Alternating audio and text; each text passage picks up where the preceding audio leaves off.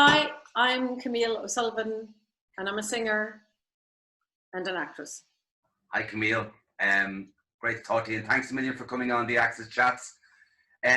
With people I know, I have to come clean. We were in college together back in the day, so many great memories of back then. We'll kind of talk about that in a minute. So it's great to have an opportunity to talk to you during, in case anyone finds this on YouTube in years to come, it's 9th of July, 2020.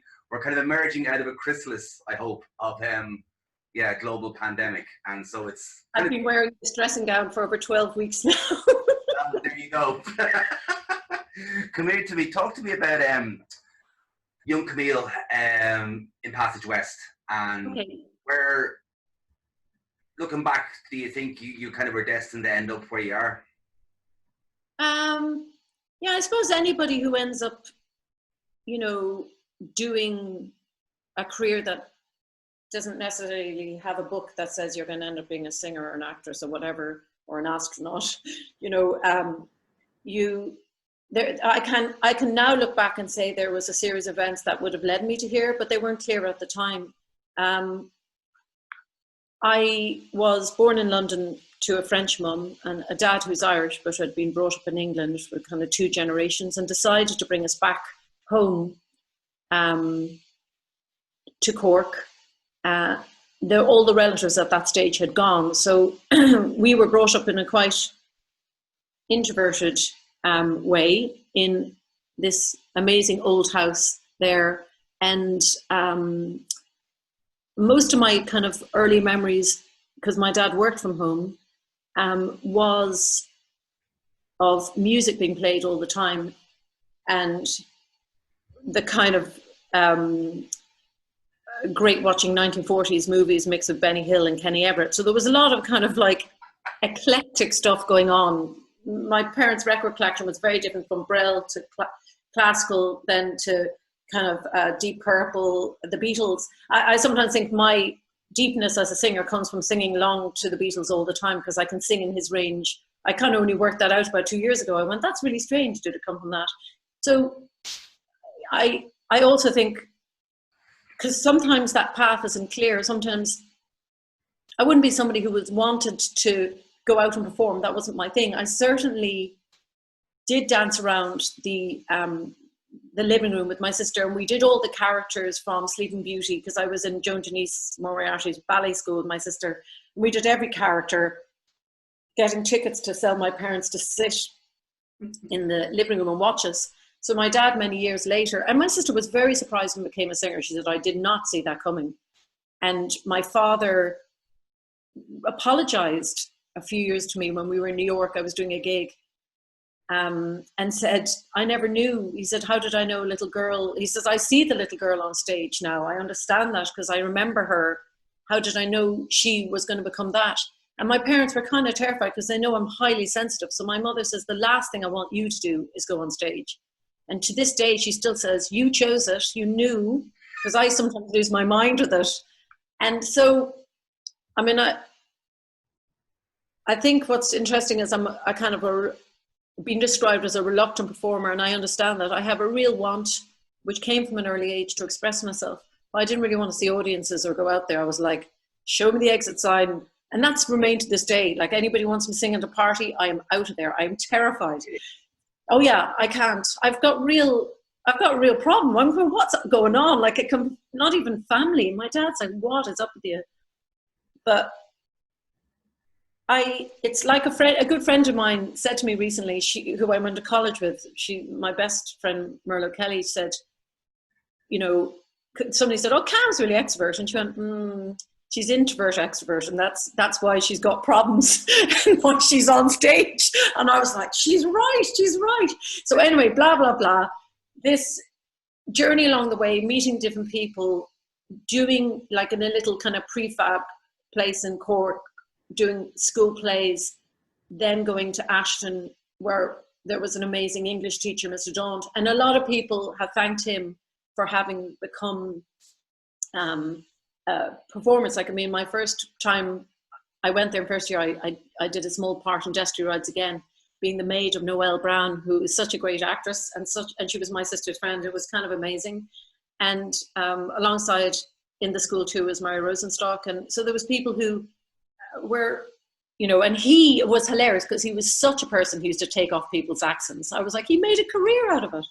So later on, going to NCD for the year, trying to keep a connection to this kind of dream. I didn't realize it was a dream. Like my only, other than school plays, my mum said she always remembers when we were going to church, and I was Church of Ireland, so we had to kind of like go up a back laneway, hide, go in. There was only about 6 people in the, it was very musty, it was very dark, and I just remember all of us singing out of tune. And I thought, there's something really moving about that, something very real. It was only kind of a few years ago, I remember reading an interview by PJ Harvey for, I'm not sure what the album is called, it's got white chalk in it, but she says, I wanted to remember what it was like to sing in church and just be like a child, not to sing well, just to be, and I thought that was a really nice thing. And that kind of brought that memory back of loving the totally singing with your heart out of tune. I thought that was great. So, because there was like an old lady of 90 completely, oh, you know, and it was great. And so, and that little upbringing and passage was so introverted and so unusual, and it only came to the fore like the year before I went to NCAD and went up to Dublin. I was doing Cork Youth Theatre, and we were doing mental stuff like doing puppetry out in the middle of Kinsale, living in tents. So like the stuff I go, what was I doing? But I met this girl, and I got on really well. I said, where are you from? She said, Passage. And then we discovered we were next door neighbours and never met each other. So it just showed, it was probably because we came from England. We saw ourselves definitely as Irish. My mum being French, there was a lot of kind of like, well, that house and the people in it. So, you know, they just battened down the hatches. And, you know, I know that kind of, that gave us a lot of time to play at home, listen to music, and kind of just live in kind of, I sometimes feel like some kind of weird tower that's, you know, and I feel in many ways listening to that music made you delved into other worlds and became other things. So that would come back later when I probably did want to perform, and went to, you know, Dublin Youth Theatre, tried to keep my toe in there, and then went to UCD where, you know, studying architecture for what turned out to be like 5 years with a year out. So it was a long course, and I was terrified of these things, but I think what I didn't realize was a dream was the need to perform, the need to do it was, you know, I kept on going, even if you're terrified, just go for it. And it was the best thing ever. Like, just, you know, I've always loved when we tour still, I love meeting the crew. I love seeing how it's made. I love seeing who painted it. I love seeing the lights, because that's what we lived. It wasn't just us performing on stage. Everybody was in there in their overalls, up all night, sometimes helping themselves. And that whole world, not just it's, you know, being you performing, but that world just excited me. And then, you know, I met many people that I have great admiration for, but really loved, you know, and some people from afar. But it just opened up a world where we were in a university, but when you step down into the LG1s, Clockwork Orange or whatever, or the show you were in, Death or Salesman, those kind of shows, or The Crucible, and getting reviewed by the likes of Derek West, like, it was unbelievable, you know. And I know that I say, but I do believe that it was some of the best shows I ever saw. And I maybe that's like, my memory is not too great. Or I don't remember Willie White, who runs the festival, like his, you know, I think he was my father in a Greek play. Like, you just go, the memories are strong, you know. When you still meet them, I go, you know, Creon, you know. Come here, the arts, before we kind of move into theatre and into singing, the painting, I mean, was it portraiture? Was it kind of that? Yeah, portraiture. I mean, my mum, my own kind of family background is kind of interesting. My dad was a racing driver when he met my mother, and she was a painter. And those, well, I mean, she was a painter, but then she ended up she was in Madrid for university, and then kind of eloped, came to England, and then we settled. So that, my sister always said, if anything I thought you were going to be a painter, because that's what you did night and day. Wow. And NCAD was my main thing. Like I had, interviewed for the Trinity Theatre course, but that was just highly embarrassing. Like I had, your man, I can't remember the fella's name, but he was mad at the puppets, and I kept on touching them going, these things are great. Like, hoping to get access into the course. I didn't get in, but I met, I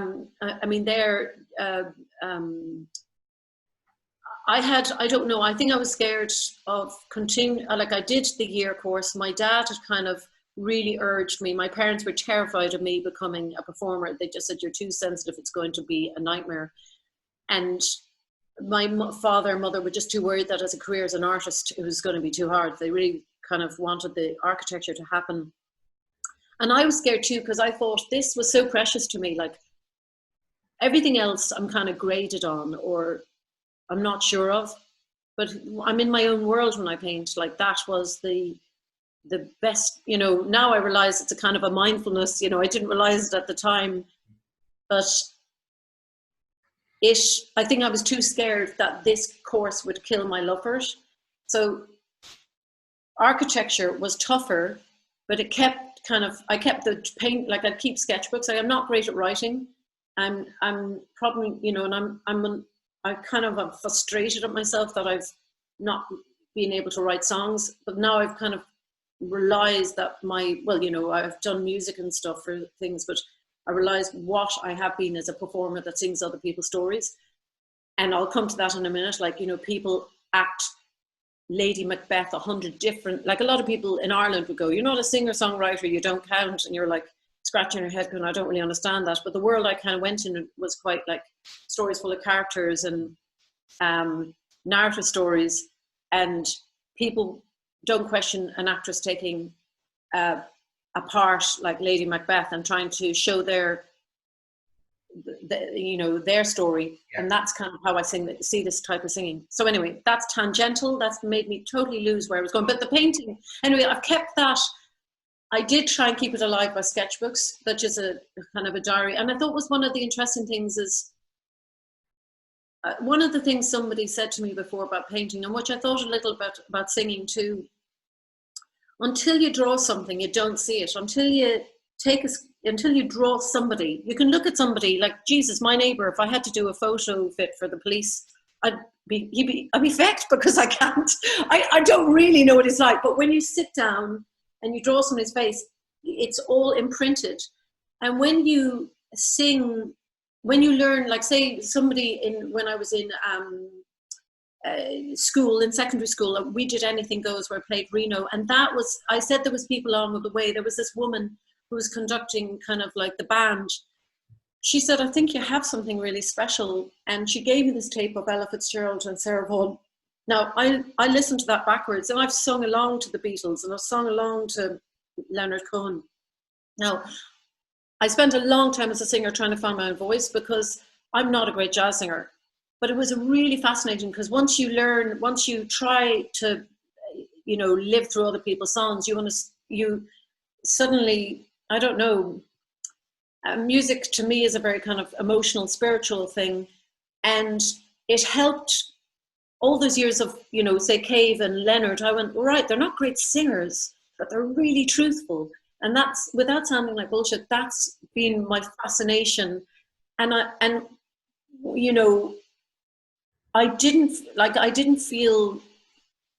never thought like I was a great actress or I wanted to be part of things, but it was until I knew it moved me, but I just didn't know how to express myself. And it was until I did that play, Jacques Brella's Alive and Well in Trinity, and it made sense to me as an Irish French person.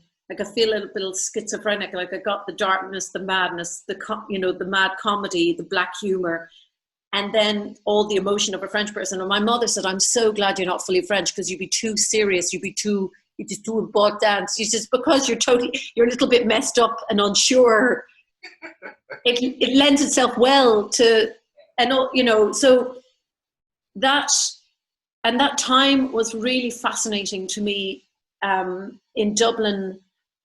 Like I feel so lucky that it happened then, because I think now if you were trying to do that now, I don't know where those places would be. Now, we had Dramsock, but what we had in Dublin, we had two places we could go out late at night, not want to sound like an old fogey, Blazes and the Colony. I just remember being a bit drunk and being a crocodile that was dead was above my head. And you had to just be like Murphy, O'Sullivan, any name you could to get in the door. And then the Dad Club. And the Dad Club, like anybody who knew the Dad Club, I mean, it's like you could see the lights in the eyes going, you know, now it's a canoe shop or something, I don't know, downstairs or whatever. I'm like, what happened, you know, to art? And this was one of the first years of the Fringe Festival. So that was, like, I remember being in a broom cupboard with kind of Jack L, him changing into kind of a purple suit with feather bows, and the feathers were, I was like, flipping hell. And Agnes Burnell was there. Now, she would have been a massive influence. Like, and, you know, I couldn't believe we had somebody like her in Dublin. And I'll explain a little bit more about her in a minute. And the Nualas, and, you know, and it was kind of like, you know, I'd lived in Berlin the year before, kind of sharing a room. I was in an East Berlin office, and they were like, Camille, we love you so much, but you have to stop, because the Jack Brel concert kept on getting brought back to Andrews Lane. I said, I'm sorry, I have to go back again. And they were laughing. It was kind of the two of us and the cat, and the people outside the offices, we've never heard them laugh so much. And there was like a ritual schnapps going on kind of every few days. They were like, the Irish girl must come back, but stop doing the singing. And in the end they said, no, go back and do it. So there was this, and then there was also singing in the Gaiety. Like, I remember James, oh God, I'm terrible for second names. I know everybody by their first names, but he was just incredible. We were doing, the Cobalt Cafe hadn't happened yet, but this was like a precursor to that. But I remember sitting in the Dad Club with Agnes Burnell singing, and kind of like bottles flying around the place. And then her in her 70s bringing an audience, like pin drop silence. And I was like, what is she doing? How is she doing it? Like, this woman had such presence, and it wasn't about being young and sexy and being a pop artist. Like, she was like a child, she was like a man. It was just, and all these young people going suddenly to the front of the room, probably never seen the like of it and never will again. But she could just do like a hand gesture, and she had them in the palm of her hand. So I was fascinated by her singing in German and these Kurt Weill songs, and her own history, which came clear later. And actually, I remember, like, Susanna and I were supposed to work with her on a project before she passed away, but I remember her saying, like, because I was still working, and every Christmas being depressed, going home, going, I don't know what I want to be, and I just don't know if I want to be an architect. Like, I know because it's going well, but I have a feeling I need to perform. And they're like, my parents going, like, pass the chicken, don't listen to this girl. And, you know, and even when I arrived becoming a singer, it didn't get any easier. But I did say to Agnes once, I said, look, I've never been trained, and I'm like in university, and she was like having a whiskey and a cigarette, and I like straight away going, this is my type of woman. Like, you know, she's like, darling, you know, it's not about how good a singer you are. It's, you know, you'd be a better actress to sing these songs. It's, you know, you tell the story, it's real. And I was like, it gave, you know, it gave me confidence, because I realized all those years of thinking I should have been trained was actually very good. I wasn't trained, you know, because as I said, all the artists I love, like Bowie and Cave and Cohen and, you know, Lou Reed, they sing with their voice. Now, Bob Dylan, now it's not to everybody's. My mother's like, I never understand Tom Waits, you know, but to me, it's their voice. And hers was her voice. Yeah. Now, she did sing really beautifully. And I thought she had a vulnerability and a real presence, but a real, I mean, you'd be not scared of her, but, you know, she gave you the look from the stage. You would be like, you know. I know you'd be scared of her. You would be scared of her. Yeah. And I just thought she was a great role model for me, because I could see then a career that could last into your 90s. You know, I thought, you know, I remember when she passed away, and I got I was very good friends with her kids, her son particularly, and Mark. And, you know, I had to do, I remember thinking at the time, I've met somebody as incredible as that, and I felt so sad she was gone. And I thought, you know, I want, you know, the way sometimes it's like when Bowie died or Prince, you're either going to stop singing or you're going to try and get to do it more because somebody's so brilliant. So in a way, I was still an architect and I thought, I'm really going to try and become this, you know, because I met her for a reason. And I've met loads of people who've been, you know, along the way, you know, who've been totally moved by her and what she did. And the fact we had, like, I mean, Tom Waits and stuff, like, you know, sent songs to her and stuff, you know, the fact we had her in our town. And that, so those, that James Barry was basically, I remember being in the Gaiety, we had late night shows there, and it was the first time I stood on the Gaiety stage, but this one was actually in the bar upstairs, and I remember him being in a sailor's outfit, just coming out of nowhere, and I was like, what is, everybody was like drinking kind of, and it was a spotlight, and he sang Zero by Johnny. I was in tears. I was like going, you know, and when I lived in Berlin, those kind of clubs, like it was kind of, you know, I thought we had that. And I don't know, like Coble Cafe would be the closest. Bewley certainly, you know, trying to do that. But I think, I don't know if we have a thing like that anymore, you know. And there was a time, and I remember when I was, you're going to make you laugh this, right? Because when I try and remember how I got, like, I was doing some shows with Susanna Derrickson, who I was in Dramsuck with too, and at the start it was all kind of Ella stuff, and I was like, grand, you know, I'm dressed up, and I just couldn't buy it myself. I was like, sing well, but don't know what it means. And I remember going to the I remember, I'll talk about, like, I had an accident, and I'll explain that later, but I remember doing, Fergal, who was my partner at the time, was a musician, kind of setting a date to play the Copa Cafe. We didn't have like any microphone or stuff like that.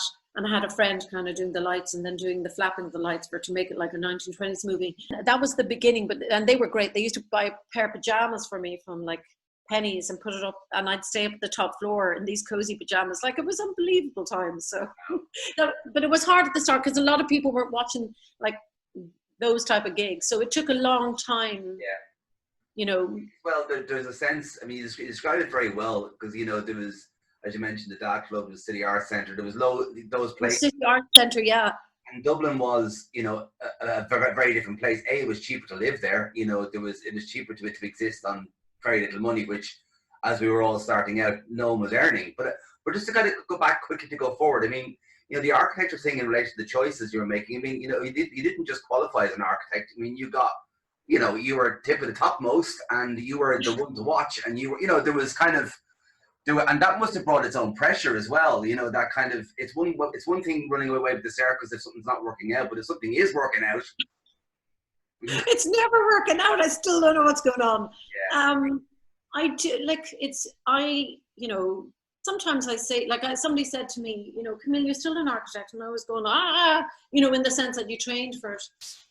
That was a really, really, really hard kind of thing to leave. That was the hardest thing. Was, you know, if it had been going badly, I could have just walked away. But what was frustrating me, it was going well. But I think I'm not good at reality. I never have been, never will be.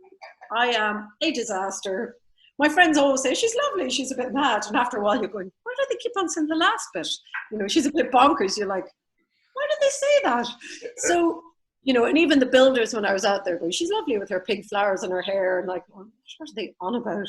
But, and I've met my tutor since, like, who I admire so much, like Grafton architects, Shelley McNamara and Yvonne, you know, they're like top architects, and they were so kind. They said, we're so happy you went, you know, you had a career, we're so happy you went for this. It was a real kindness on their behalf, because the struggle of your parents having helped you go through college. Yeah. You know, like your sister going, what are you doing? Maybe you should do a tribute, go for those X Factor shows. I'm like, no, you know, I was quite happy to be in cafes for the rest of my life, you know, singing these songs.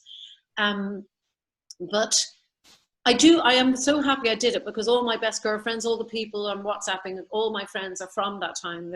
They're my precious friends who I realized during this time, when everything's falling apart, that's actually what's mattering. Yeah. So, and also we never talk about this side of it. So I have a happy life, kind of a real one, and which I found quite hard. Just, where's your real life and where's your not? Because I'll explain a little bit about that later, why I'm personally kind of, even though I'm a bit shook up by the lockdown like everybody else, the downtime is really great. And so what am I saying again about architecture? So basically it was hard, and I feel very grateful, because I do think it made me think in a certain way. Like a lot of musicians have joked, they said, you're not a musician, you don't say A over B, you're like, you're coming into a dark space, there's a tiger in the room, what's going to, they're like, what tiger? And you're going, you probably said that in architecture too, but I mean, it is my love. I've ended up performing in some of the most beautiful venues in the world. It's like swimming in architecture when you sing in it, because you're kind of like tearful, looking at a room, feeling like I'm, beautiful churches and beautiful venues move people. That's why people congregate in them. And that's why we, sometimes you sit alone in a church. And, the first time I performed in a Spiegel tent, I cried, because I thought, like, I never can leave a place like this. Like, who wouldn't fall in love with this? Trying all my life to find out, can I buy a thing like that to live in it? But, so that dream, I've stayed in touch with it, in the sense that, I still helped, with, I lectured in college in first year after I'd left, and, my students now have kids. I'm like, I'm denying that I've grown up, going, what do you mean you had children? But, still people will ask me for advice on it, and it's there. But it is a kind of, like, I have always thought, is it a possibility to return? I never think, even singing, like, I always thought, once the accident happened, and that allowed me to allow the change. My mother had always gone about Grandma Moses starting painting at 81. I was like, what's she on about? But then I realized, okay, so, maybe you won't be able to do these things in your life, but maybe you can, maybe you can return to what you did before. And maybe you could do something completely different. Maybe, so that, like, certainly, not to get into it, but the car accident, which did kind of take me out for a year, this situation, for me, I think everybody's going through a car accident now. Yeah. And so it's so vulnerable. Like, I feel so much for everybody. It's so unusual and humbling to know everybody. Usually you're having a breakdown by yourself, going, Jesus, but now everybody's struggling. And that is very powerful. Like a friend of mine had discussed before, this Tara Brack, I think she's a speaker on these things, but when you empathize with others, then that frees you. And so in a way, when I had the car accident, I couldn't worry about, I couldn't walk, I couldn't work, I couldn't do those things. And now, so that, anyway, I'm not explaining it properly, but it did a lot. Like, I mean, I was on lots of morphine when I was going, I love animals and flowers. And they're like, yep. And I want to be a singer. And they're like that. And but I came very quickly, because I had been so scared to be a performer. I don't believe in myself still. And that's okay, because that keeps me going. And I think I've been running on a lot of fear for many years, unfortunately. And I just didn't believe I had the right to perform. And when the accident happened, I went, you're not even allowed to think that way, because you know what? The first part of your life could have been over, so you just need to get on. And if people are going to criticize you, which they have and they will, the other thing, that dream has to be a bit bigger. So I don't know if I explained it properly, but it's like... It's funny, because I mean, apart from kind of seeing you in the venues that you mentioned, I kind of hadn't seen you in a few years. And I remember meeting you in the Crane, actually, in Galway, during something or other. And I think it was just after you had recovered. And I didn't know anything about your accident. Yeah. But it's funny, you really got a sense of part one and part two. You kind of really got a sense of kind of going, okay, click into gear.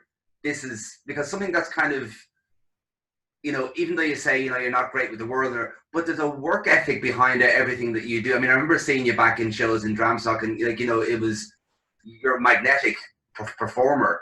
But I think double down on that. You don't get by on that alone, as we all know.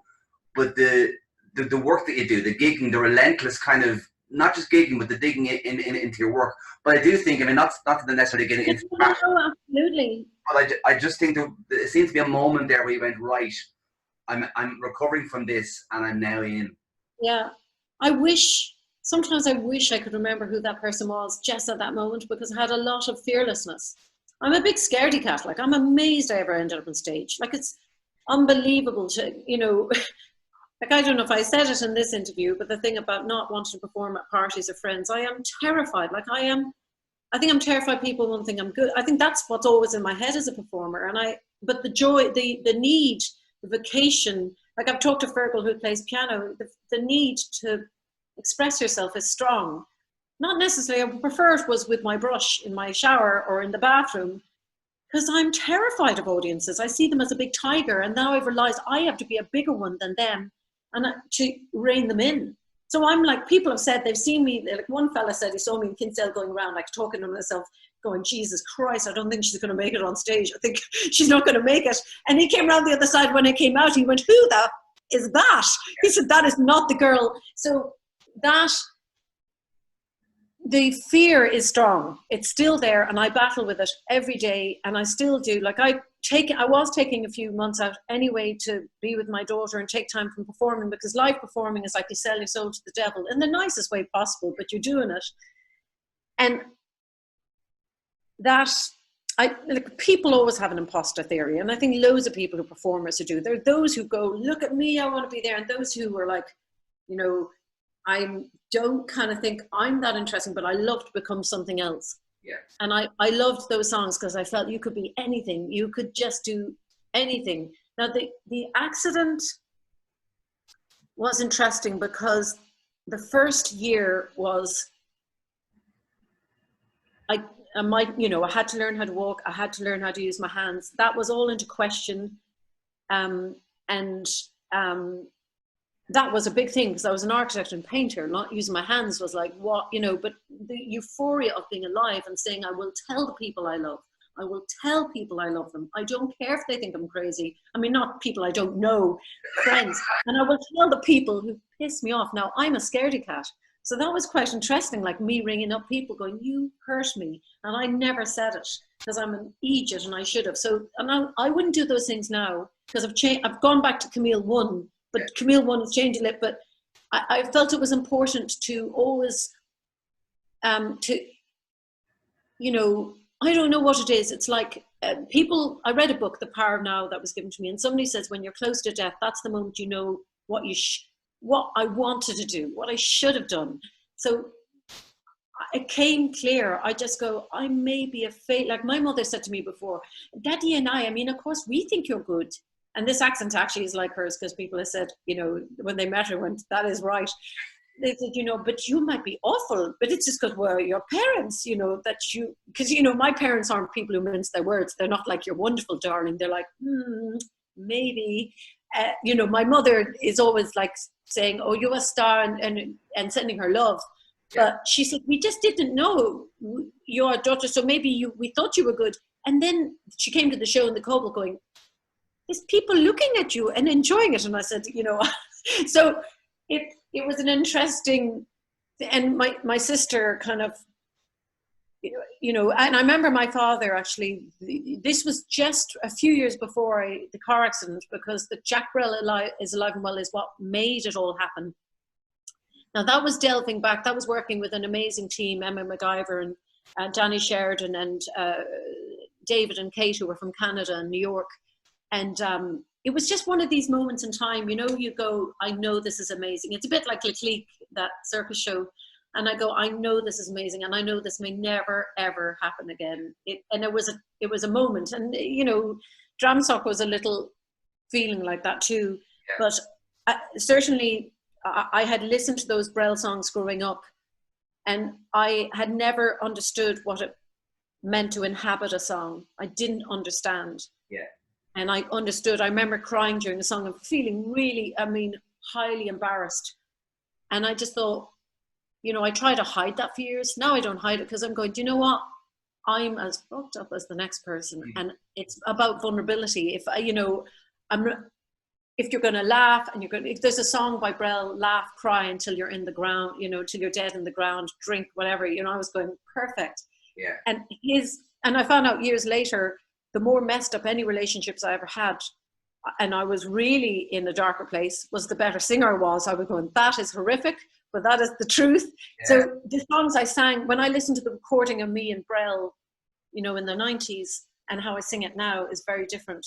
Because there's a life lived, you know. And Camille, sorry, just there's kind of, I mean, you know, if you take from there over till now, you know, I mean, we'll go through some, you know, the places you've been, the people you've seen, the songs you've sung. But what fascinates me about part of your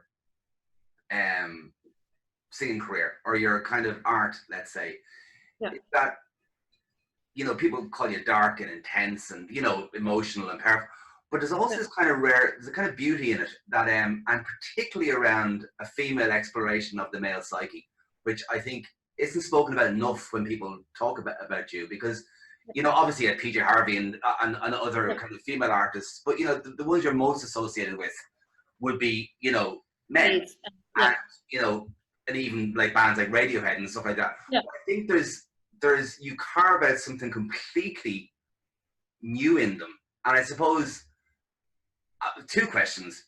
The exploration of that, and then when you get to meet the people whose songs you're kind of singing, and how did those things kind of your brain explodes. Never meet your heroes. It's terrifying.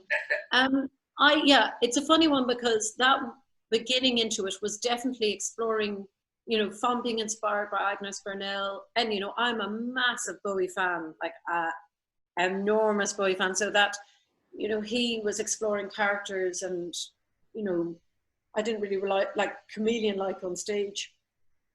What was, I didn't realize that what I was doing, and maybe it was that Jack Brel show started it, because in that show, what Brel does, between discussing the darkest parts of life and the happiest parts of life, you know, death, life, sex, you know, all these, there was characters in it, and you could become something else. And that triggered something, because I could understand that, because when I was little, it was becoming something else to keep yourself occupied, you know, between my sister and I, and also because I don't know, like, I am full on as a person, but expressing yourself is one thing, but those songs allowed you to, as a girl, be a man, be a child, be dark, be nasty, and an excuse for it, because usually you've got to look like some kind of seductress lying on a piano, and I couldn't give shit for that, right? And, you know, you can do that. It's what people expect of you. Now, I know I've probably over the years, like, somebody gave out to me, I wasn't wearing fishnets on the late ones, and I was like, mate, I'm going to wear dungarees. I'm getting older. What are you doing to me? Like, you know. But what was interesting, it was so I was singing those kind of old fashioned songs, and my mother said, you know, why don't you sing Moon Age Daydream by, you know, what you're listening? She was the one who pointed out, and she says, you love rock, you love Cave. And she said, they're the same. And I was going, of course, they're the modern versions of what Brel and Dylan and Cohen. And I loved all their music. Like, it was Justine Maloney, when we were doing that show in Trinity, the Cole Porter thing, who did The Crucible with me in Dramsock, she gave me the tape of Cave. She says, he dresses great and he's dark and he's fantastic. And I was going, I love Justine Maloney. I will listen to anything she listens to. So basically, I listen to him, and he is the one I feel the most like, if there was someone that you go, I don't think all songs belong to you. You might love certain songs, but you know, they just don't, like, you sound like a wedding band singer. And I've done all the wedding band stuff too, to help like, I did that for years, you know, the repeating verses of Money, Money, only learning one until you get all the relations up to sing to get you through it. So, but the Cave thing, and it was awakening, you know, I thought, yeah, Radiohead, Arcade Fire, all the people that I love, I suddenly went, there's all stories in them. And what my interest in singing has never been Camille O'Sullivan. I talk a lot of rubbish, as everybody's going to hear now, and I'm from Cork, and, you know, got to put a lid on it. I feel kind of embarrassed by it. I like the enigma of performing, because you go, you know, you can hold them in, singing a song like My Death or God Is in the House, and everybody in the front row is going, Jesus, Moira, what have you done to me? And then And then you snap, and the idea that you become different things, like you can snap it and do something as funny as In These Shoes, or God's Away in Business, which has been likened to kind of a Mad Beckett piece, or Misery's the River, the World, or Ship Song, which is, you know, so what I found was interesting, because I ended up doing a variety circus show, but also the Brel show was all about variety and becoming different things. So that chameleon-like nature, what it does, what I'm not interested in is a singer, and sometimes I've yearned for it, going, why can't you just be happy singing on a chair doing this stuff? But I think it's the theatre side of me. You know, when we know Shakespeare doesn't end well, but what we learn from it is thought-provoking, shocking, and usually we're empathetic to it because it's got something to do with our life. And some of these songs are as dark and painful, like Next is actually painful to sing. Sometimes people haven't clapped after the end, and I was going, oh my God, I'm awful. But some people said I just couldn't because it was, and I was like, okay, fair enough. Or Look, Mummy, No Hands, which is so vulnerable. The shows are always based, I'm much dark, like I love the dark stuff, but I make sure the funny stuff happens too. And our rehearsals, the whole show, they said the people should watch the rehearsals because they said it's funnier than the show, you know. But though I remember some guy, I went probably too dark one year, and a guy in Cork went, he says, it's fierce dark in the front row, and I thought, oh, maybe I should put some more funny stuff back in. So what is interesting, I remember, like in Germany, some guy says, it's like 20 different people on stage, and you are bonkers. Which one are you? You know, and so that's my side of performing. And a lot of people don't get it first. Like I remember people had saw me do Ship Song or something on Late Late Show, came to the gig in Cork, and most people who know me knew what the show was about, but they'd gone to the front of house after 3 shows, go, we don't have a clue what's happening here. They said, just go back in. And they came out, so I was horrified to hear that, but then they came out later and they talked and said, we loved it, we just didn't know you were a bit different. And I was like, yep. Because I you know, you talk at the girl, for me, it's really important as a woman, especially getting older, because it's you know, tougher on stage because people want you to look sexy and they want you to look good. And what liberates you singing Mercy Seat or Staggerly is you don't look good and you don't particularly nice, and you're going, we're going down a hill, I'm going to drag you out down there. But after that, we're going to have a good time. And you're messed up and your makeup's down. And a lot of men have gone, they said, I kind of like it, because, and women have gone, thank you, because that took a while to, like a few friends of mine said, Cam, you're quite eccentric off stage. So why don't you sometimes you're hiding it. So why don't you bring it to the stage? So that those years of, I think what you add to a male voice is an emotional thing and a vulnerability. And I suppose to me, lyric is king. And that's the love of theatre. Like the lyric is king. And of course the music is. But what I'm trying to get across, if say something like God is in the House. Now, a lot of people go, oh, you're making a tribute. And you go, that's not my interest. You know, if I think a song isn't, you're not making it your own, I don't want to sing it. Do you know what I mean? Because then I'm just doing a tribute show. Whereas a song has moved you so much, you've either played it 1,000 times or you cried or you laughed, and then you go and see if you can own it. Can you make it your own? Because that doesn't always happen naturally either. And a song like Ship Song took 2 years because I kept on singing it like him. And then one day somebody just broke it down to simple chords, and I went, that took, I know that sounds stupid, I wasn't working on it every day, but every time we tried it, it wasn't working out. So what you do, like theatre, if you take a monologue, you just go for a walk by yourself and you sing it to yourself, and then you go, well, that's the arc, and that's the moment, and that's what you're telling them, and then that's the resolve. You know, how you probably approach a monologue. So when I work with musicians who haven't worked with me before, they usually go, look, all verses should be the same, and and I said, no, because everything is saying a different thing. So typically with Cave, to break them down, it's always about, if it's a quiet song, it's always about minimal piano accompaniment at the start, so you can just explain what this is about.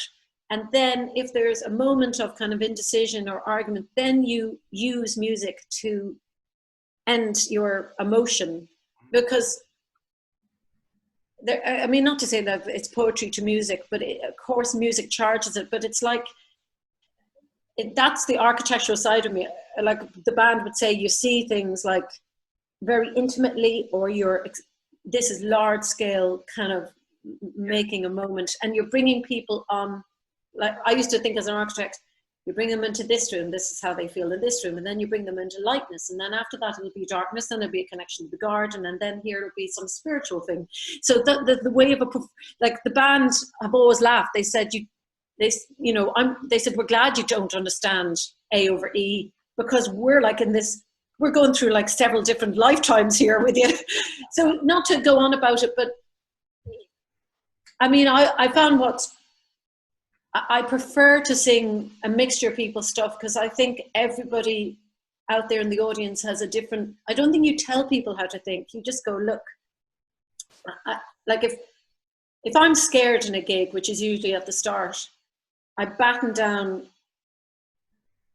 the notion in my head I'm singing to one person. And if, because because they're like this, I said, like a big tiger animal, and you've got to be a bigger one than them. If you feel you don't have, you learn things while you're performing as a singer, and that happened too in the circus show, because they're righteous kind of madness of following kind of like some crazy striptease act or something, and you've got to bring them down to this quiet world. So you have to learn how to do that very quickly. That didn't happen that often, but there was a reason for those things. But basically,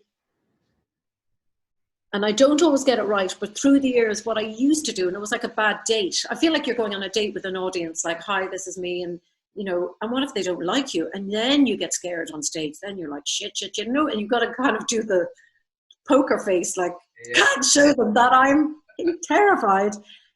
And years ago, instead of doing what I do now, I used to reach out to them to kind of try and please them. Okay. And I realized, like a bad date, you got to shut down, reel it back, and sing to yourself. Sing to yourself like it doesn't matter anybody's there. Because it's kind of like taking yourself away from them, going, it doesn't matter what you think about me. Because that's the mad stuff that goes. And people always think they're singing away. You're like, what if they don't like it? What if they, why was he asleep? It's like things in Bewley's. Why is he looking at his watch? Why is he snoring? All the things you learn through the years to go, I have, because if you were just a normal singer who sang, that'd be fine. But unfortunately, my sister said, it's your own fault for choosing this type of song. They're kind of like, they're about trying to provoke or interact with an audience. Yeah. So,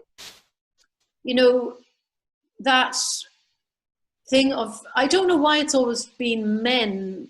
Why it's that. Maybe it's because it's an easier one to break because you're adding something to it. Yeah. But also there's a lot of, I think, of course, I'm such a fan of, Dylan. I think it's the passion and the absolute, anger sometimes in their songs, and then the complete vulnerability, and Waits goes from the kind of macabre, kind of like left of center Black Rider to the lullaby, and I think all of them do that in their work. So I suppose you're going wherever the magic is. And, I used to say, like, you gig wherever the sun is. Well, you do the same. Like, I'm mining for gold. Luckily, mining for gold with people like that has kept me singing for a very long time. Can I ask you just, I think there's been so much, and I'm not going to, we haven't got time to kind of go through it. But you've played, you mentioned the Clique there, and that kind of toured from many years. And, over the years you've played in, as you mentioned, some architecturally beautiful places, but some of the most seminal and important places in the world. But you mentioned the intimacy, and I think that's from seeing you and all different guys throughout the years. You managed to kind of, and I think that's going back to the kind of the hybrid acting, singing space. But there seems to be, from looking on the outside in, and certainly, there seems to be a couple of moments in your career, like the Jules Holland, when that seemed to be a moment in time that the rest of the world kind of went, who the fuck's she? And but did that No, there was like, my sister says, you're terrible, you're so, I don't know if it's Cork or Irish, like I'm always going, geez, I don't know what's happening, and what, she said, look at what happened, look what's, you have to remind yourself, like that Jules Holland moment.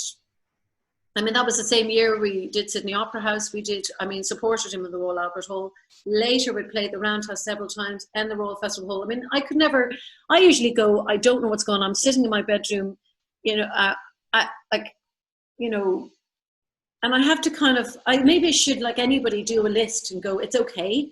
Because I think the thing is, I think every performer's fear is they never give them a chance to relax. They go, what's next? Because they need to know what's happening in the next 6 months to keep going. And I think the fear is great, because you just go, it's amazing that, like, you talk to me, I'm kind of wondering who that person was, because it's a bit like when I was an architect, I don't know who that person was. I went for a socially distant walk to, you know, now it's going to be sold, our you know, thing in UCD, and I just go, who is that person? You know, like, that was many years ago. Anyway, sorry, I've gone off track again. So what were we talking about? Those venues, intimacy, Jules Holland. So that was a really, like, moments in your life, you go, this is it. I have never, like, and you know, if I ever get down, I go, it can never be taken away from me. We did that. That was kind of unbelievable to me. And it was like 2 weeks after Melda May, like I was going, you know, the pride of the Irish. You know, I'd watched it so many times, and what happened was, it happened in October. I had just done a lovely video for Ship Song, which I was so proud of. And we got the call on that day saying, oh, somebody's dropped out. Can you come, like, in a week's time? And the band reminded me, because I had forgotten. They said, you drove us crazy. And I said, why? And they said, you changed the arrangement the night before going on live TV. And I went, what? We've never played it like it since. But I got worried, because I thought, and it was, you know, and they said, look, it was a brilliant idea, but we wanted to kill you. We didn't use our drummer, who we love very much, Paul Byrne. We used Éanna Hickey, who is an amazing, he's a lawyer, a barrister, and he's like one of the best musicians I've ever met.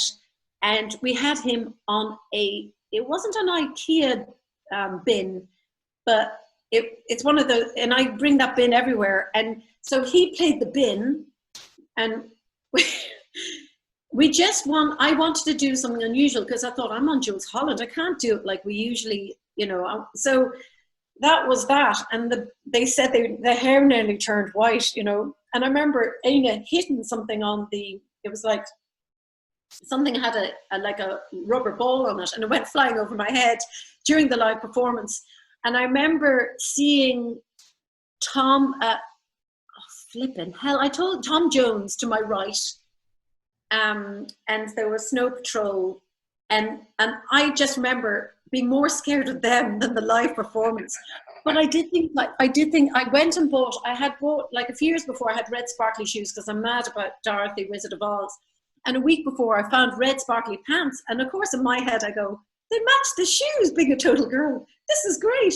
Now, one thing I know about myself is, somebody said, you're a great, you know, we enjoyed your dancing. I said, what dancing? Not say that, but when I do shows, I get so into them, I forget that I've launched myself into like, I sometimes feel highly embarrassed after a show, because when I'm in it, I'm just like in it. Like last year in the Olympia, I went over the monitor. They said, you went down, you came up again singing, you were concussed. And like, so, you know, I don't watch the bloody video, because I know that there was a moment the pants were seen. Now, some people have loved that, and others like, that's horrific. But we were like, I got a really, you know, I don't blow my trumpet often, but we got a great thing my sister rang me about it, and she said, Camille, you've got to read the Telegraph. And I said, why? And they said, because they've chosen out of the last 25 years, the 25 top performances, and you're in there alongside Cohen and things. So I'm dining on out. If all my career, as it seems to go belly up, and I'm going down, you know. So it was like playing those places, or, you know, I can't even think, like, you know. Well, I mean, there was a time as well, but when you would have thought that, you know, someone would have had to have given you the Spiegel tent for keeps as well, you know, because you just seem to live in it. Oh, listen, I was called the Spiegel cat for years. Like, they said, this is your Spiegel basket. And I think anybody I only met one crazy man who didn't like the Spiegel tent, and I just thought, you're crazy. I mean, anybody who's been in one. I mean, we were lucky because it was like one of the first ones before it all exploded in Cork and Dublin and all the rest. And it was 2004, and I'd lost the venues that I was in. That was the same year, actually. I mean, sorry, I must say this stuff actually before I forget. Going to Edinburgh was a massive thing psychologically for me. And one thing I've always remembered, even if you lose money, which I did, it's always important you put yourself out there. You've got to take the risk, because if you're out there, something might happen. You know, even like say that went belly up for me, but then Mrs. Henderson with Stephen Frears, somebody saw me in Leclerc. Yeah. And the same thing happened when I did a show in Edinburgh. The girl from who we ended up doing the Royal Shakespeare Company, Lucretia, she saw me there.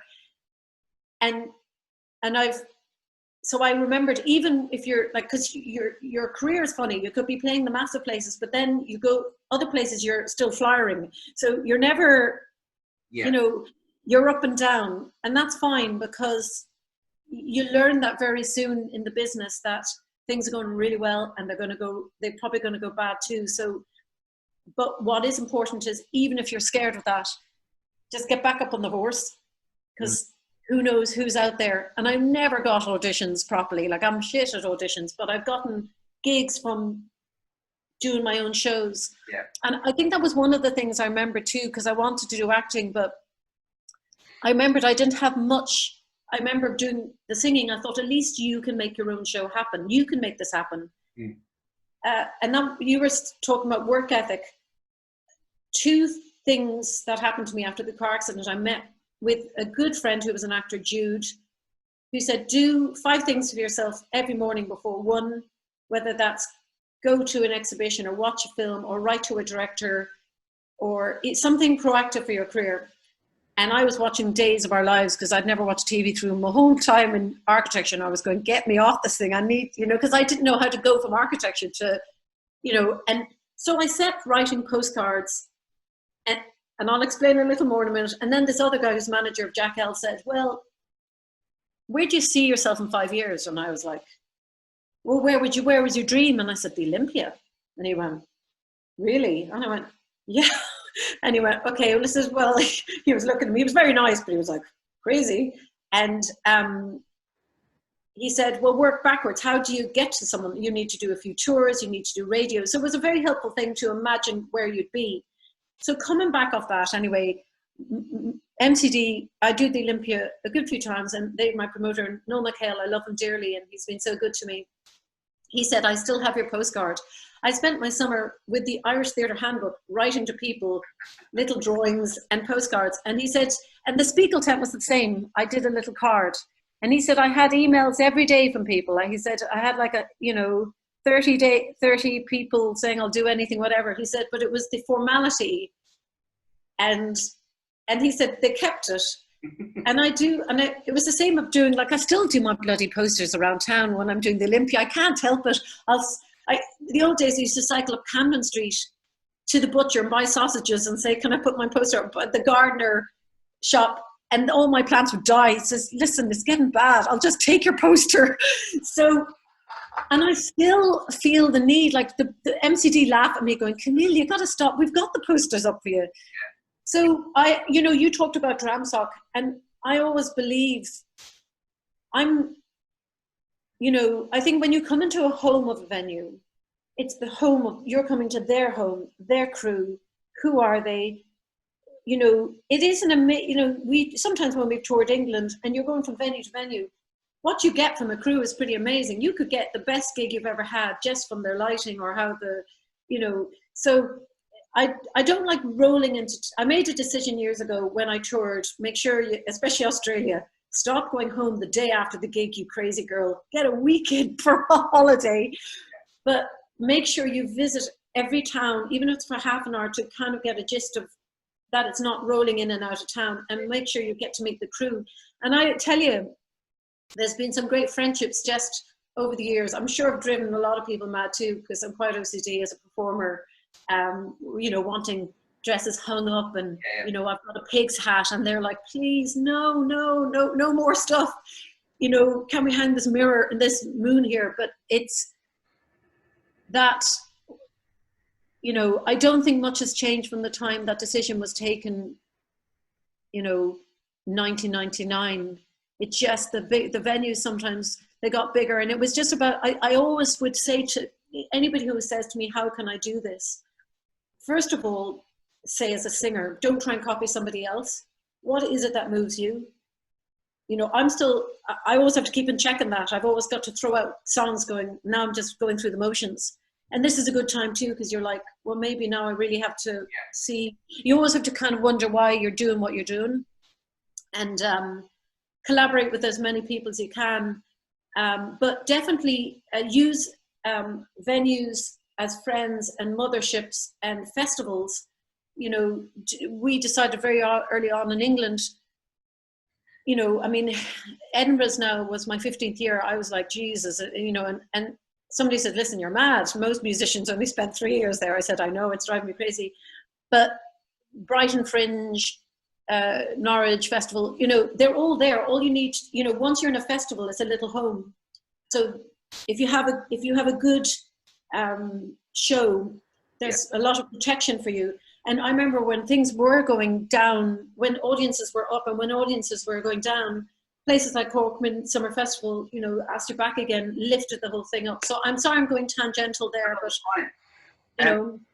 I might ask you just around, because, you know, in recent years, but time out. No, I wasn't doing time out. No, I'm only joking. I wouldn't blame you, Jesus.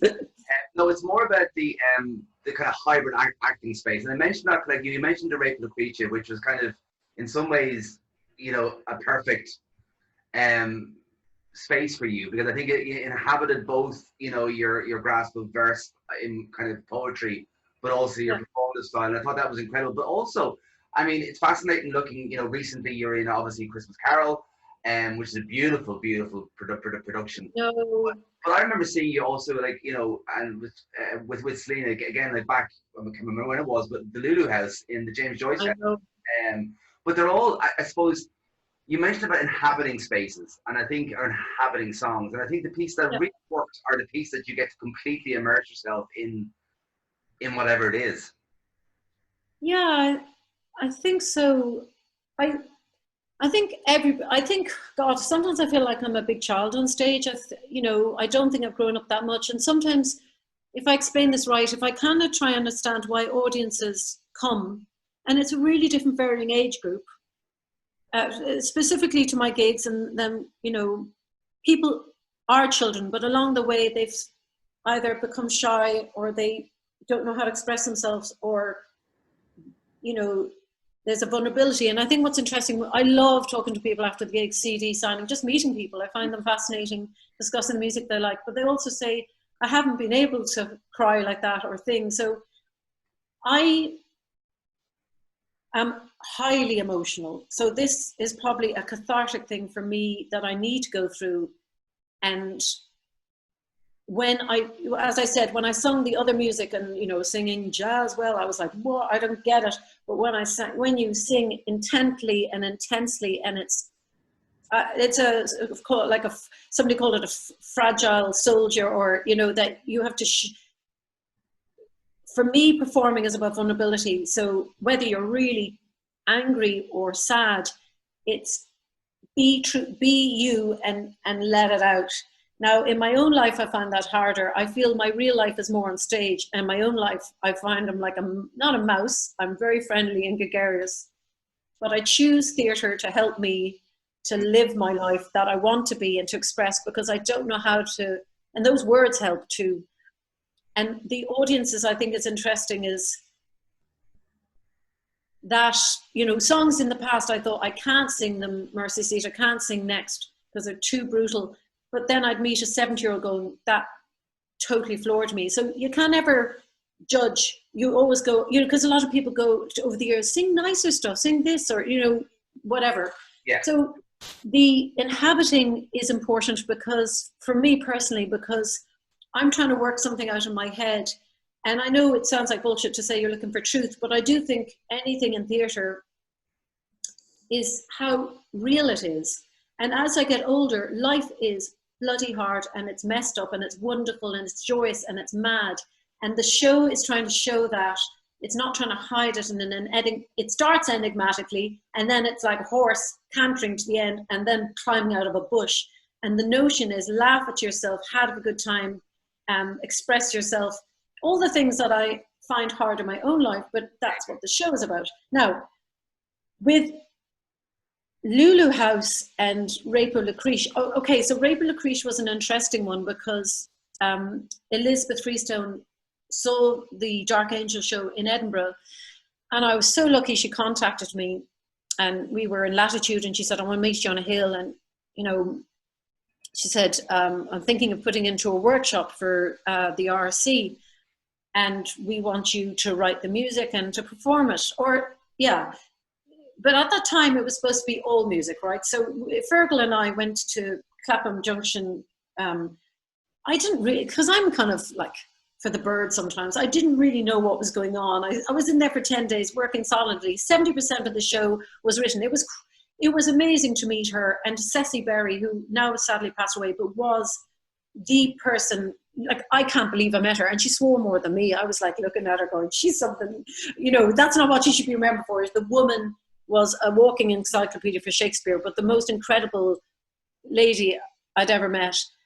And so she said to me, oh, I chose you because you're dark, you're light, you can transform yourself, you inhabit stuff, and I want you to become all the characters in this story, and the narrator, the father, the mother, the rapist, whatever. And I was like, okay. So what was interesting was Fergal and I, we hoped to have projects like this, because I would never have thought, it was somebody else who thought about it. I would never have come up with this idea. It was really lucky that somebody believed in you, and, you know, so we took the project and we thought, how do we make that project be modern and not be ye oldie, Royal Shakespeare kind of music, whatever.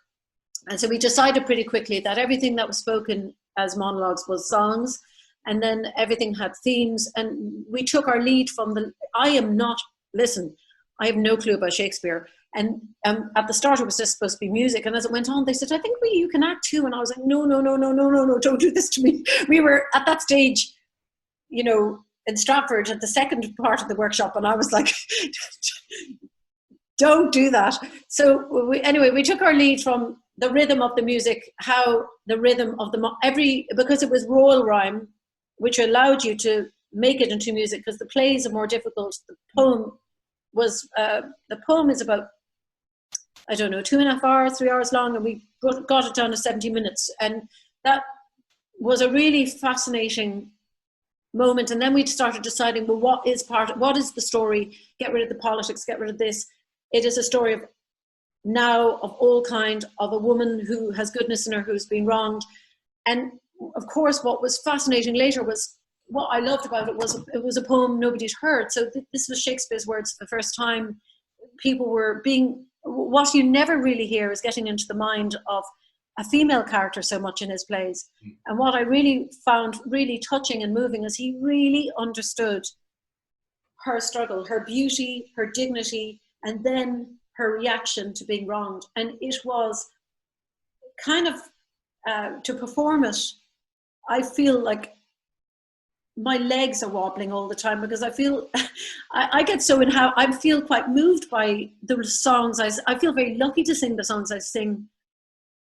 I can't explain this. Say like when Bowie passed away, or Nick Cave went through that terrible thing, your empathy for their work changes. It's not that you think of them when you sing too. I know that sounds kind of stupid, but maybe you shouldn't put that in, I don't know. But I'm like, the thing is a living thing. So anything, something that's 400 years old, there's parts of that, if I can remember phrases, like the poor frighted deer that stands at gaze, wildly determining which way to fly. You know, he likened things, he used the metaphor of an animal, which people have an empathy for an animal to understand the cruelty of what this woman been through. And there's a point halfway through the scene where she rages against everything. And it was just, I felt like, you know, there's points in your life you go, all those years of singing, made sense to me, because that moment I wouldn't have been ready many years before.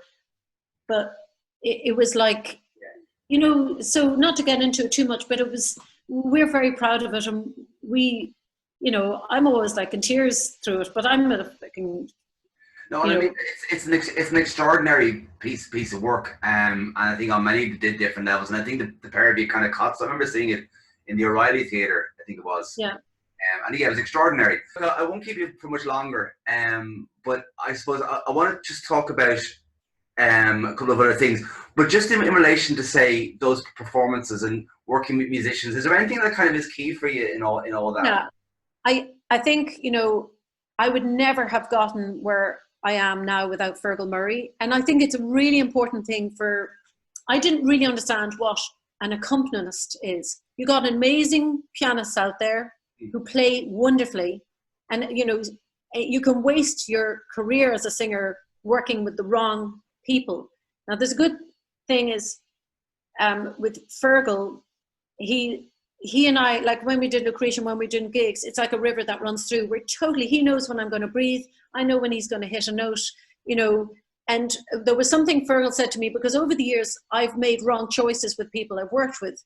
And I found, because I'd be looking for something that might be a bit like Tom Waits, which is kind of left of center, or Radiohead. And they'd be like, they'd know how to play riffs and stuff. And he says, Camille, you got to understand, just because they're a musician doesn't mean they understand music. And that was the biggest, that to me was the biggest light bulb moment in like 15 years going, I didn't understand. He said, you're not someone who can read stuff. He says, but you're more of a musician. And you're like, geez, my head now is going to implode. So that was the best piece of advice, because you got to find your own. You're not married to them. Well, you pretty much feel like you're married and getting divorced every single day, especially on tour. But the choices you make are really, really important. And I didn't understand accompanying, because I thought, I've worked with people and then going, I can't express myself, but a good accompanist will know how to it'll be effortless. Yeah. They'll know. And what we learned over the years was playing less. He said, you drove me mad the first few years with that. He says, but now it's actually helped me as a musician, because I realize it's not all about, you know, being, what's your woman, all the singers like Maria Carey, like, why? You know, I'm like, stop. So, and that, actually, I've had some tough times sometimes working in projects where it is music, because I've been told, sing like this, and I'm not used to that, you see, because I'm not a singer. And I'm like, but what I bring to the table is this. So I've realized either know really well what you're getting into beforehand, or just stick to doing your, you know. And that's because, like, when you're touring, you end, like, we've done some amazing, we did like things with Hal Wilner and, you know, stuff with the Barbican, where you're doing the evenings of Nick Drake or Rogues Gallery, and you've got to find a way to work with musicians and explain yourself, and you don't always have to do that as an actress. You're by yourself. Yeah. Like, my partner is always saying, why do you get frustrated by that? And I said, because I can't, you know, I'm now being led down this way. So anyway, blah, blah, blah. But it was an interesting thing. Anybody who would question, like, as I said, one of my favorite musicians is also my friend Dana Hicku, who's a lawyer, you know. I'm just like, so I suppose in this game, we're still learning. Like, I still feel like, you know, they say about, I remember we were as architects saying, what is it, the thing in Japan when you're being somebody's assistant? What is it? But you know what I mean? Yeah. That you're never you will be the master one day, but it's that thing. Yeah. And I think that elusive quality of performing is what probably keeps a lot of people going. You know, you're never arriving, because you're always just kind of like trying to work it out. And another thing I meant to say, even if they're the best musicians in the world, don't work with them if they're, you know, not nice people. Get the next level down, because your head will be melted. Yeah.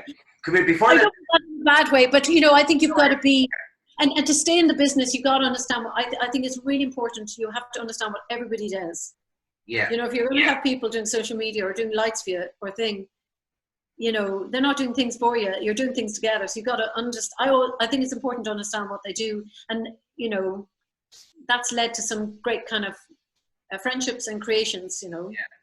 Yeah. Before I let you go, there's one more thing I want to talk about. I mean, like, it's in relation to you moving from collaborating with people's songs to collaborating with the artists themselves. So, you know, you've kind of performed with a lot of these people, you know, and I think, yeah, I mean, I can't imagine what that must be like, kind of moving from, you know, sitting at home or sitting in Cork or sitting in Dublin, listening to these people's songs, and then, you know, being invited to perform with them and then collaborating with them. Yeah, it's not good for the heart. It's fantastic, but you know, I think it's like a great kind of privilege to work with anybody, and specifically somebody who you admire. I always say don't get too close to heroes because I'm kind of scared. You know, I would never want to know if they're out there, but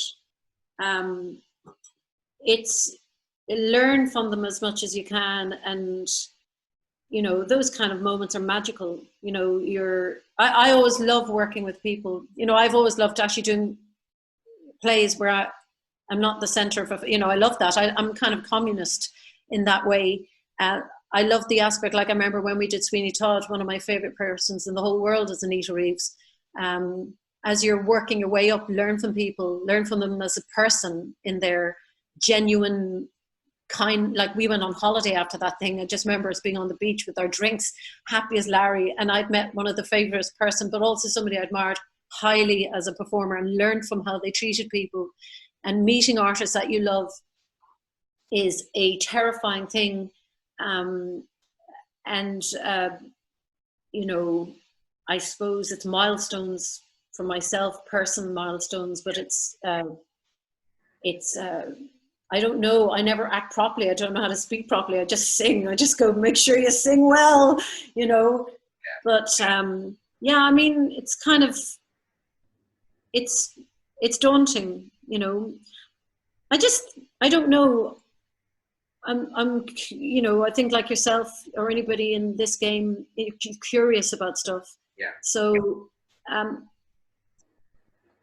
I've always worried about my stalker factor. Like, would I be a stalker? I don't think I am. I think of them as real people, and I admire them. But you know, I'm terrified of them as much as the rest. But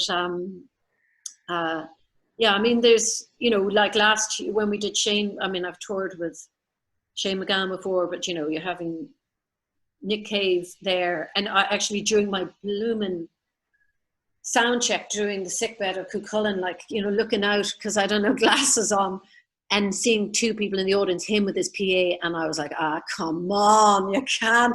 And Terry, who was conducting, saying, I'm really sorry, Camille, I know you're having a breakdown, just go. You know, I was going, and you made me do it 3 times in front of him, you know, and, you know, the likes of people at home like Sinead or Glenn, or, you know, I mean, never mind. I mean, that was, you know, you just pinch yourself, really. Do you know what I mean? You pinch yourself and you feel very lucky. Camille, I'll let you go because I think, you know, it's worth saying that there's people in my circle and people certainly that I know that would pinch themselves when they kind of get to see you live. So I think there's... Oh, Jesus. I think there's... yeah, no, I mean, I think, you know, you're an extraordinary talent and also an extraordinary person. And it's kind of... Oh, thank you. It's kind of a joy to chat to you, even if it is through this kind of guys. And can we tell us, have you anything in the future lined up? I know we're all in... I am at work. Anything in the future. Yeah. Anyway, but this is the interesting thing. I'm sorry to talk about it, but I think it's been, before I go, a really interesting thing to be stopped in our tracks. We've never in our, like when I had the car crash, that was one thing and that stopped me, but now the world has stopped. I am sitting back, not doing live shows. I think I've been kind of just, my brain is, you know, I'm feeling up and down. One moment I'm charged making kind of capes for my job. Next moment I'm sitting there going, I don't know what to do from day to day. The feeling of empathy and love and affection for what everybody's going through, that everybody is going through, has kind of challenged who I am as a person, as a performer, thinking that doesn't really matter at the moment, you know, because of course I'm scared I don't have work. And I've been asked to do a few things, but I've held back. And what I have enjoyed is the notion that celebrity doesn't matter, because I never thought, I need enough to be known to get an audience, but I hate that side of it, of where it's been going. And I think it's separated the wheat from the chaff. So at the moment, I have been working on stuff that might happen. We had to cut all the gigs from the tour into spring, and the Olympia is in October. Hopefully, will be in October, and we're working on projects in London, which is at the moment looking digitally at how do we do it digitally first. But I think it's to bring it back to what I remember about the car crash. For me, it's a welcoming moment, even though I'm kind of losing my mind about it. Time out with, what matters. Yeah. My daughter, my friends, I don't know, like, what's going to happen. And as the best as anybody else. I mean, I'm looking at my girlfriends on WhatsApp, architects who are all working at the moment. And I feel for them that, some people have been working all the time, but it's, we have that live, we had just released that live Cave CD, which actually came out in a Mojo magazine during April, but I thought nobody's going to be able to buy it anyway, because, one of the songs came out in it. So, yeah, just working with the promoters and stuff, probably just going to go away and record. Anybody else out there who wants to send me a song or to write with me, I'd love that. I think it's the time for people to maybe try and work together and do something different.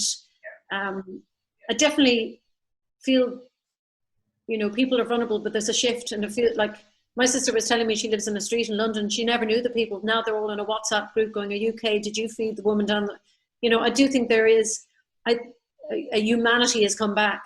And maybe that, of course, with what you're doing with your venue, and I thought today, of course, it's going to seep into whatever we do in the future. In your shows, you can't ignore.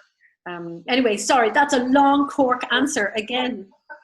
Camille, I've been by myself for weeks, not talking to anybody. I'm not by myself. I got my partner, child. Camille, thanks a million, Camille, for taking part in this, and I can't wait to see. And I've been learning handstands so I can do them in the show. Well, maybe not in this interview, and I might come back to you before the end of the You don't want to see it now. It's nowhere near complete. But thank you so much. All right, bye.